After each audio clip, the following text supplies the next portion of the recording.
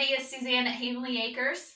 Just want to give you a more detailed version if you are interested in growing your own onions.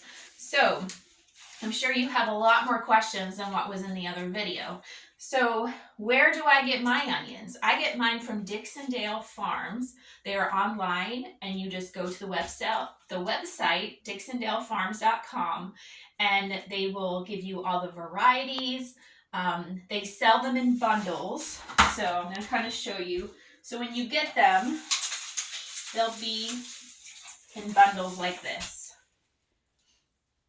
You get about 4 dozen for one bundle. So if you don't want a lot of onions, you can get together with your friends or neighbors and buy bundles and separate them. The more bundles you buy, the more discount you get. So when you get your onions in the mail, like I did last week, we had snow, and so I could not plant them outside. So all you do is you take off the rubber band and you find a ventilated, cool, dry area, and you just spread them out. They can live off of their bulbs for about 2 or 3 weeks. You don't want to put them in water, and you don't want to put them in soil. You just want to keep them dry. So you just lay them out like this so they can get a lot of air and ventilation. And then when you're ready to plant, like we are today, you just take them down and you bring them outside and plant them. Now, there will be different sizes in the bundles that you get, and so I'm going to go into a little bit more detail about that in a second. But like I mentioned in the other video, you need the short day onions or intermediate day. Now, you can actually pre-order these in the fall. I think I ordered mine in October or November last year, and then you can put on there when you want them to deliver. So if you want them to deliver the end of January, which is when we usually plant, you just pick that ship week on there. They will even give you what I guess is their approximate time for your area as well once you put in your address. So they'll give you a suggested week. You can do that week or you can pick another one. So you can pre-order these early as well. Make sure you get enough. And then it's just a matter of picking your variety. I like to get the sample pack, so it has red, white, and yellow onions. And then I'm also trying a new variety this year called Candy. I had some good reviews, so I wanted to try it. So don't know how those will go yet, but we'll see. But I've been ordering from this company for about 5 years, and they usually have very good products. So if you want to check them out. Now, if you start with seeds, that's a little different. You're going to have to buy your seeds and get them started in November, because they're going to have to be about this size by January. So you're going to have to start your seeds earlier. So I have not had any personal experience doing seeds yet. Usually I just start with the starts. But if you want to try it, go ahead and try it and let me know how it turns out.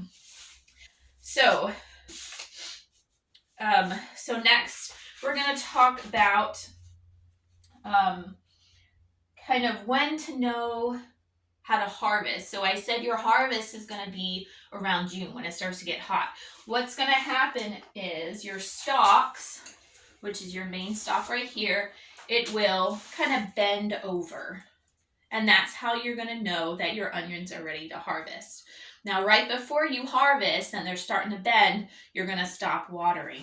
I will go into more detail into how to spoon your onions and how to fertilize and get them ready for harvest once we come to that point, because I want to be able to show you how to spoon and that different thing, which is pretty much you're digging around your bulb to give it more room to expand.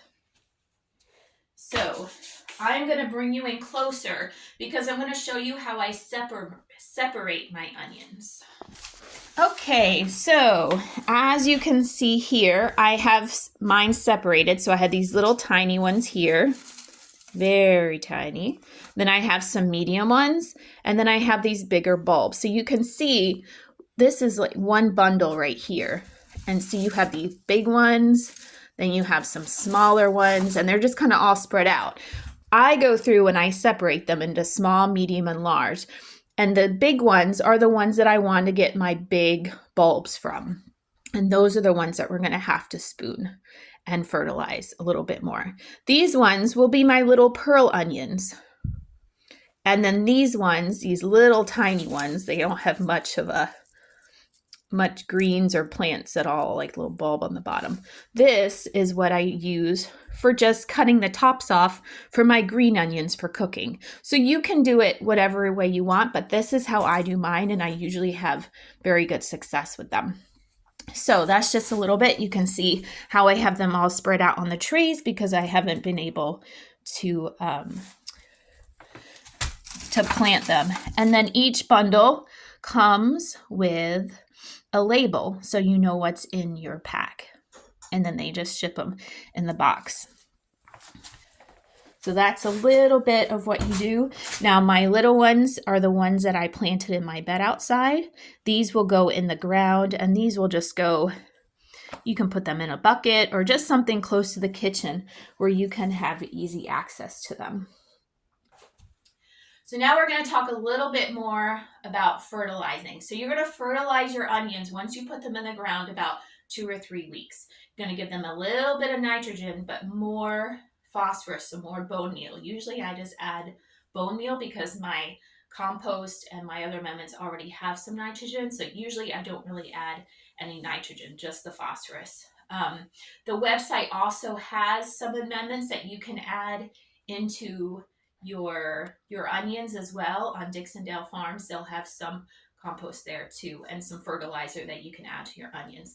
Now when they start getting those big bulbs and they start bulbing, you stop fertilizing at that point. At that point, it's more water. You're giving them a little bit more water at that point, and you're spooning, which I will show you how to do. I know that sounds a little funny, but another thing I had mentioned in the other video that these are short. These don't keep for very long.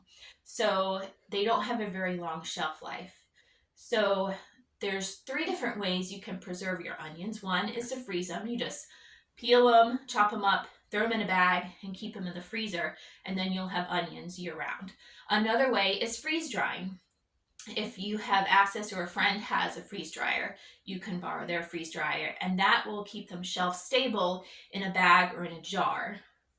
The last way is dehydrating. This is probably a more popular way too. And this is also how you can make your onion powder along with freeze drying. So you would cut up your onions like you're going to store them in the freezer, but you would just lay them on a tray and dry them out. And at that point, you can grind them up into powder, or you can use them in your different recipes and just keep them dry. But at that point, they are also shelf stable. You just have to make sure they're completely dry, because if they're not and there's still moisture in there, they will mold. So just 3 different ways to preserve your onions, because like I said, these are short shelf life onions. So up north, I think you can grow more long day, which usually have a longer shelf life. But down here in the south, we have the short shelf life. So if you have any more questions, let me know in the comments. Later on in the year, I will show you how to spoon and how to get ready for harvest, and I will show you how the plant will tip over so you know what it looks like when it's time to harvest. So I will also talk to you then about curing your onions and how to keep them so they will keep for a couple months storage in your house or in a cool space. So if you have any questions, let me know, and I will talk to you later. Bye.